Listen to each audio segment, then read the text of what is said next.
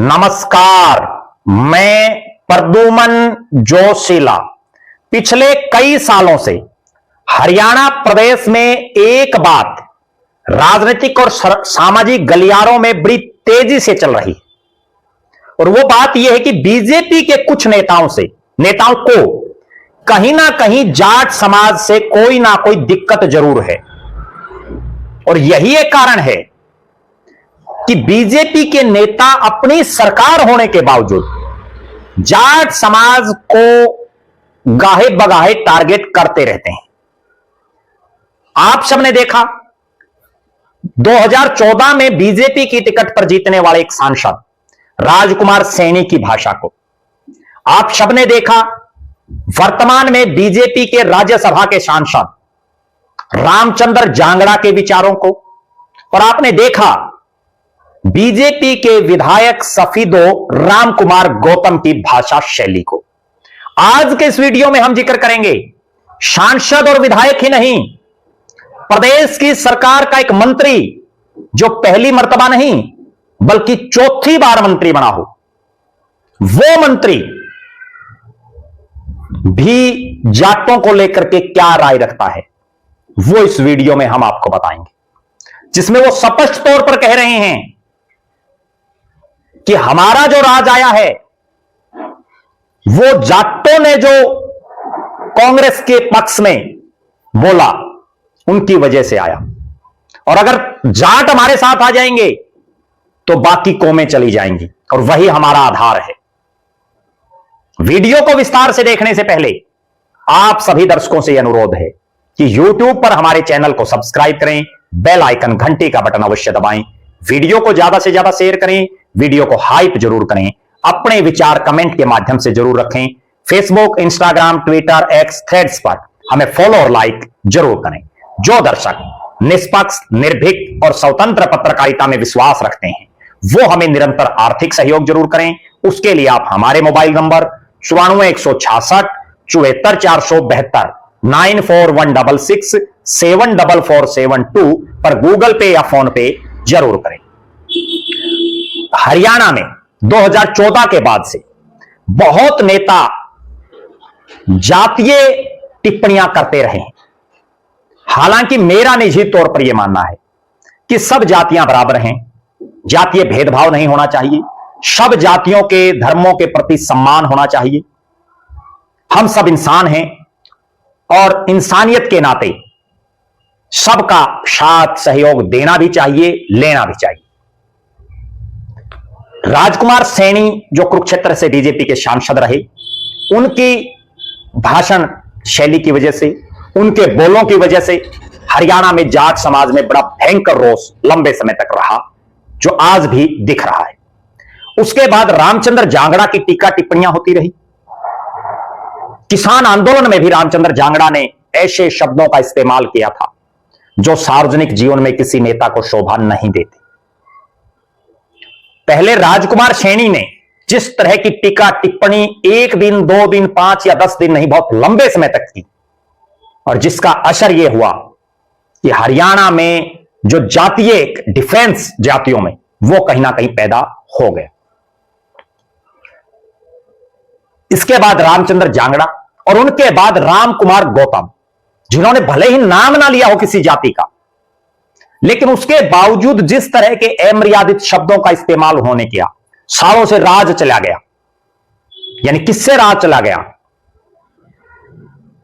नायब सैनी लागदार है, इस तरह की भाषा शैली। और यही समाप्त नहीं हुआ यह दौर। राजकुमार सैनी, रामचंद्र जांगड़ा, रामकुमार गौतम के बाद राव नरबीर सिंह, जी हां राव नरबीर सिंह, जो बहुत सी पार्टियों में रह चुके हैं, बहुत से हलकों से चुनाव लड़ चुके हैं, वर्तमान में सरकार में पावरफुल मंत्री हैं, और उन्होंने जाट बाहुल्य एक गांव में जो अपना भाषण दिया वो पिछले कई दिनों से बड़ा चर्चा में, जिसमें उन्होंने स्पष्ट तौर पर कहा कि जाटों के गांव से उनको वोट नहीं मिल रही, काम तो वो करवाते हैं लेकिन वोट नहीं दे रहे। और उन्होंने ये भी कहा कि भाई तुम तंग करते हो इसलिए दूसरे हमारे साथ लग जाते हैं। उन्होंने यह भी कहा कि जाट वोट एक डालता है और 100 की किल्की मारता है। उन्होंने यह भी कहा, राव नरबीर सिंह ने सार्वजनिक मंच पर, कि भाई तामी वोट से थोड़े दे दियो लेकिन किल्की मारे जाओ ताकि हमारा फिर सूट बैठ जाए। वो यही उनकी मंशा थी कि इस तरह की बातें करके समाज के जो दूसरी कौमें हैं उनको अपने साथ एकजुटता से रख सकें। राव नरबीर सिंह ने यह भी कहा कि भाई अगर तामी आगे तो बाकी कौमें चली जाएंगी और वही हमारा आधार है, वही हमारा मूल वोट बैंक है। इसलिए चाहे वोट थोड़े दे दो लेकिन किलकम किलका रह जाओ। और उन्होंने तो यहां तक भी कहा कि कांग्रेस का राज इसलिए नहीं आया कि जाट आगे, जैसे जाट एक पता नहीं किस तरह के लोग हैं, वो भी सबके जैसे इंसान हैं। और उसके बाद बात ये सारी बोल दी, फिर वो ये भी कहते हैं पत्रकारों को कि भाई ये बात मत चलाना, कई बार निकल जाती है। आग्रह भी करते हैं, धौंस भी दिखाते हैं, जातीय बातें भी करते हैं।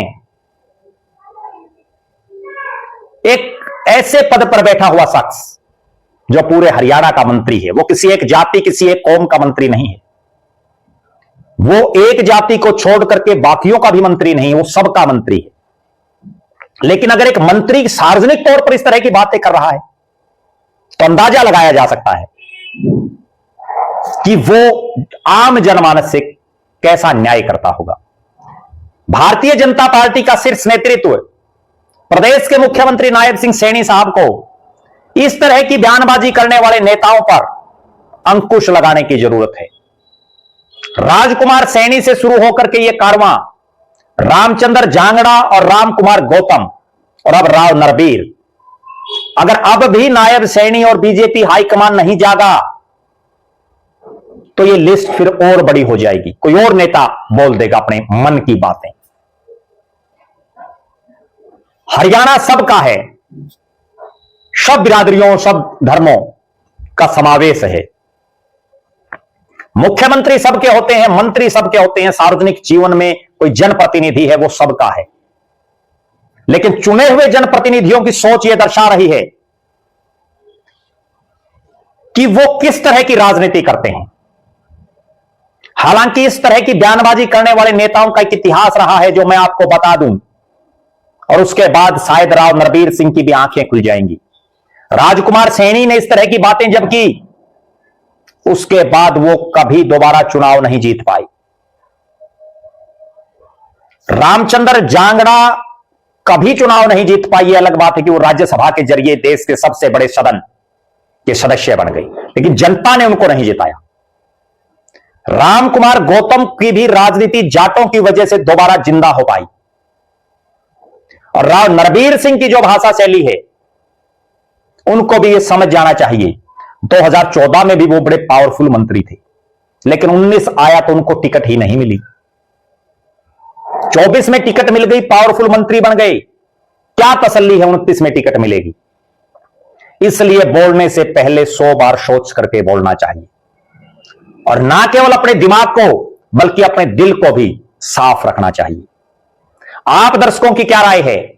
जिस तरह से राव नरबीर सिंह ने जाट समाज को लेकर के टीका टिप्पणी की है, आप उस पर क्या राय रखते हैं? अपनी राय जरूर रखें। बीजेपी के कई नेता जिस ढंग की बयानबाजी कर रहे हैं, उसको आप किस नजरिए से देखते हैं? यह भी आप अपनी राय जरूर रखें। और मुख्यमंत्री को तुरंत प्रभाव से इन पर लगाम लगानी चाहिए, इनके बयानों पर, या नहीं, यह भी अपनी राय रखें। आप लगातार हमारे साथ बने रहें।